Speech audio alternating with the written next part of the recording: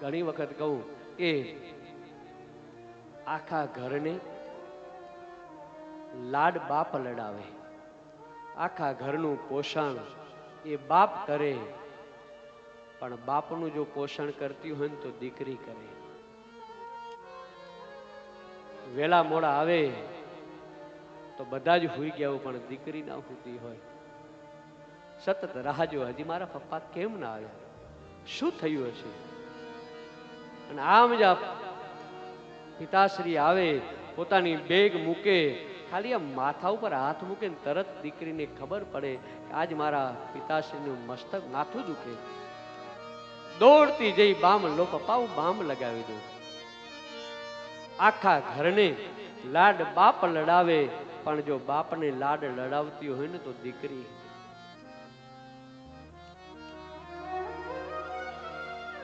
દીકરી એમ કે પપ્પા મારા માટે આવો મંડપ સજાવજો, આવું આમ કરજો, લગ્નની આવી તૈયારી કરજો. હા બેટા, તું જે કે તે, તારે જેવું જોયું ને એવું, તું જે કહીશ એ પ્રમાણે જમણવાર, તું જે પ્રમાણે લગ્નની ચોરી. અને જે કદાચ દીકરો કહેતો શાંતિ રાખ, એ બધું હું કરીશ. દીકરાને એમ કે હું કરીશ, તારે કઈ ચિંતા નથી કરવાની. પણ દીકરી એમ કે પપ્પા આમ કરજો. હા બેટા. બાપનો હૃદયનો એક ટુકડો એટલે દીકરી. આમ જાન ના આવી હોય ને, વેવાઈને ફોન કરે કેટલે કેટલે કે હવે આવી ગયા, કે બાપને હૃદયમાં જાન આવે. એક બાપ જ્યારે કન્યાદાન દેવા બેસે ત્યારે ઉંમર એની કદાચ 50 વર્ષની હોય કે 52 વર્ષની, પણ એ જ જ્યારે વિદાય થાય ત્યારે એ જ બાપની ઉંમર જાણે 100 વર્ષની થઈ ગઈ.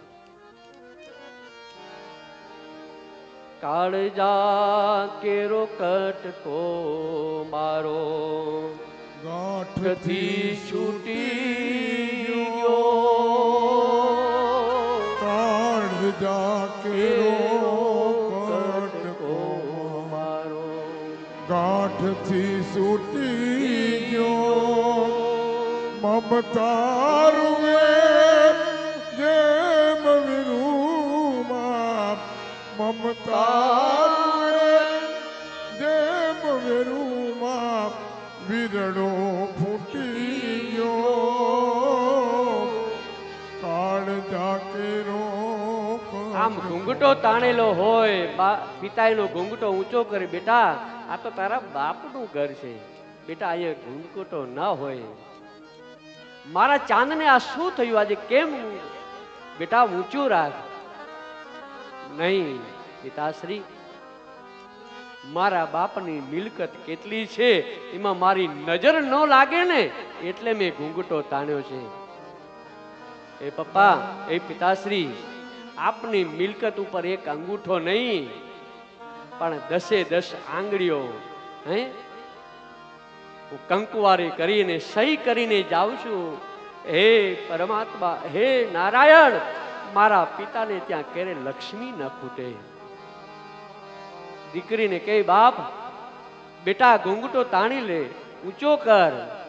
ન તેરે બાપને એમ થાય કે આજે રાહુ બનીને જેમ મારી દીકરીને જાણે રાહુ બનીને જેમ ચંદ્રનું ગ્રહણ કરે એ મારી દીકરીને ગ્રહણ કર્યું લાગે. બાંધતી નહીં બોડલો બેની મરને છૂટી ગયો. બાંધતી નહીં બોડલો બેની મરને છૂટી ગયો. રાહુ બની ઘૂંઘટનો મારા, રાહુ બની ઘૂંઘટનો મારા ચાંદને ગળી ગયો. કાળજા કેરો કટકો મારો મા પાસે જઈ અને માને કે હે મમ્મી, મારા પપ્પાનું ધ્યાન રાખજે. મમ્મી તને ખબર છે ને, પપ્પાના શાક નથી ભાવતું. મમ્મી તને ખબર ને, પપ્પાની આ ફાઇલ અહીંયા પડી છે. ટાઈમ છે ને એને ગોળી આપજો. એ અત્યાર સુધી, પણ હવે તમારી જવાબદારી. એ માં, આગળ ભૈલો મળે, ભૈલાને કે ભૈલો તે બહુ તોફાન કર્યા, બહુ આમ કર્યા, પણ હવે પપ્પાને હેરાન ન કરતો. હો, વિચાર કરો. એમ નથી કહેતો કે માને હેરાન ન કરતો, કાકાને હેરાન ન કરતો, દાદાને હેરાન, એમ કે પપ્પાને ભૈલું હવે પપ્પાને હેરાન ન કરતો. હવે તું નાનો નથી ભૈલો, તું મોટો છે. પિતા એક એક કરતા જાણે એમ થાય કે મારો હવે હૃદયનો ટુકડો. સબ તો નીજે ધરતી ઉપર પગ આજ સ્તંભી ગયો. છબ તો નીજે ધરતી ઉપર પગ આજ સ્તંભી ગયો. ડુંગરા દેવનો ઉમરો ડુંગરા દેવનો ઉમરો આજ માંડ માંડ ઓળંગ્યો. કાળજા કેરો કટકો મારો ગાંઠથી છૂટ્યો. કાળજા કેરો કટકો. સતત બાપ, અને તમે વિચાર તો કરો, એ બાપના માટે સમર્પિત થઈ અને વિદાય થઈ હોય, પછી 2 દિવસ પછી ભાઈના લગ્ન હોય અને પપ્પાએ બેટા મજામાં ને, સારું છે ને? હા પપ્પા, મને બરાબર છે. પપ્પા તમારે તો એક ગાડી, અમારે તો 2 ગાડીઓ. વિચારો, એક ક્ષણમાં ખૂબ દર દાગીના બધું ખૂબ સંસ્કારો.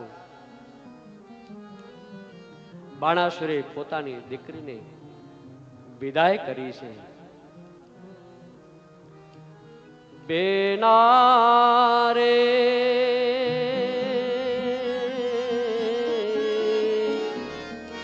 બેના રે સાસરીએ દાદા જો પાપડ ના ભીજાય. દીકરી તો પારકી થાપણ કહેવાય.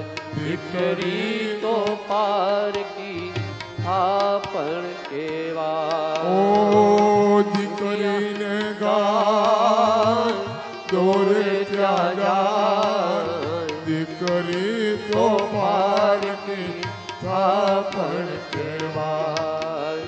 બેલા રે ઓ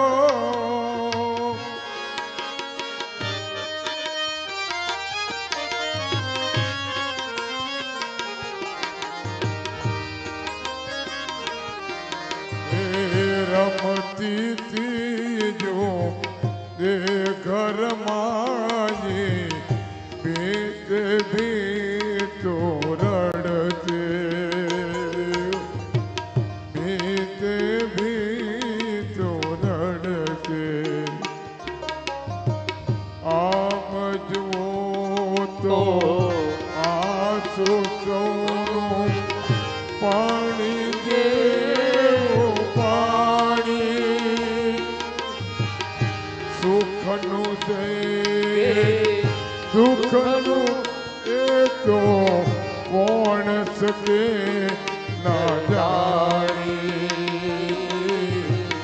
કોણ શકે ના જાણી. એ બાણાસુરે પોતાની દીકરીને વિદાય આપી એ કથા કહી.